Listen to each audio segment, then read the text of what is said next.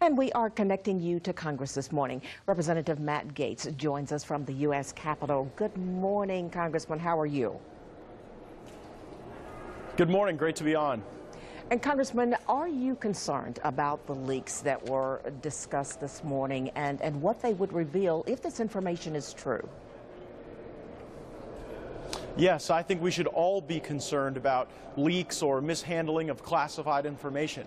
I serve on the Judiciary Committee, and our committee has now sent communications to FBI Director Comey insisting that we get some answers on what information was leaked, what were the methods or practices that led to that, and we've got to be sure that the critical secrets of this country and the sensitive information we maintain is protected for the benefit of the American people.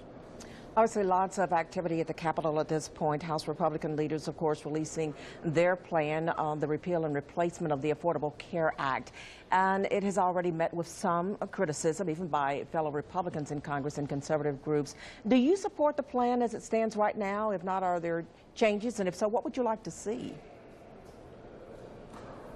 Well, I'm still reading and reviewing the legislation that's been filed. I know that's sort of a novel concept in Washington, that you would read something and fully analyze its impacts before taking a position. I can tell you there are provisions of this bill I really like. Provisions like giving the states more control over health care and not having decisions being made in Washington. I also like the fact that we won't have a circumstance that will incentivize illegal aliens enrolling for social welfare programs. Now, are there some changes I'd like to see? Absolutely. I think we can do even more to have bold reform for patient-centered health care, and so I'm looking at that legislation and actively engaging with my colleagues to make sure that it's as good as it can possibly be before we bring it to the floor. Also earlier this week, the administration releasing its new travel ban. What is your take on that, and especially on Iraq being removed from that ban? Well, this is how government is supposed to work. We're supposed to see how we can best protect our borders and secure the American people without running afoul of constitutional benchmarks and principles. I support this travel ban because I think it will enhance the security of Americans. Many of these countries that are on the travel ban list are failed states, countries like the Sudan, Libya, Somalia, and in those circumstances, we don't have a way to appropriately vet people coming into the country. So until we establish those rigorous vetting procedures, I think it's important to have the travel ban in place. The president has stated that he certainly wants to beef up the nation's military, and there's been, I think, nearly $580 billion defense spending bill that is being proposed. How will this affect Northwest Florida? In particular, there's been the conversation about the F-35 and the plans for it going forward, but also talk of BRAC. And for those of us who've been through BRAC before, know the potential consequences of something like that for our area. Well, you're absolutely right. This $583 billion military appropriations bill that I will vote for in just a few hours is critically important to Northwest Florida. First, it provides a pay raise for our active duty military. That's not only important for military families, it helps our local economy.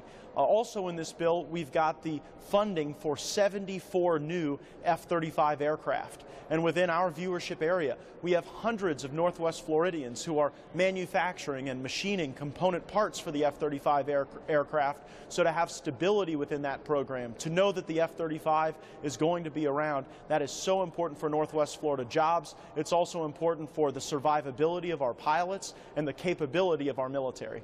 And what about a BRAC? Base realignment?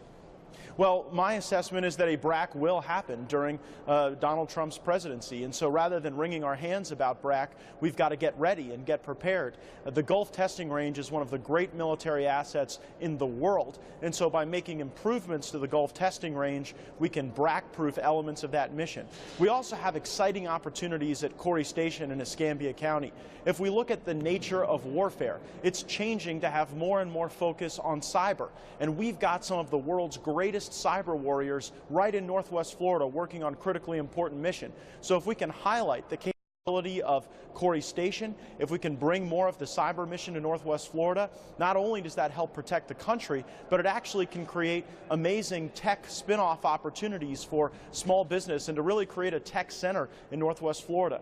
With Lambda Rail and our IT assets, we are totally primed for a tech takeoff in the Pensacola area especially, and I think that by BRAC-proofing that mission and attracting more mission in the cyber space, we'll be able to achieve that objective. All right, Congressman Matt Gaetz, thank you so very much for taking time and sharing some of that time with us this morning. We appreciate it.